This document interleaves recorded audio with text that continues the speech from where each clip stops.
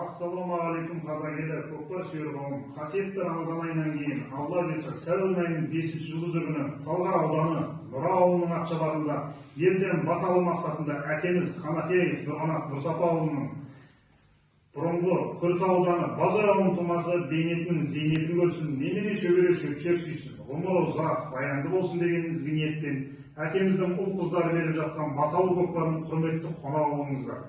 Жаңбырмен жер көгереді, батамен ел көгереді. Қазақ елінің ұлттық спортының жанашырлары, сіздерді тойымызда күтеміз.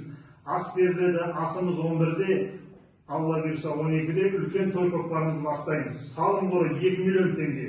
Беташар салымыз әкеміздің 60 жастығына орай баруы 60 мың, келуі 60 мың. Қалған салымдар 40 мың болып құма болып шағылады. Өгізөлдің алды баруы 60 мың, келуі 60 мың. Бас жүлдеміз өгізөлді, баруы Турцияға жолдама, қайтуы Умра қаржылық. Одан кейін Алла бұйырса 40 жастан асқандарға бір пар салымыз бар. Ең үздік шабандоздарға Алла бұйырса федерацияның белбеулерін марапатталады.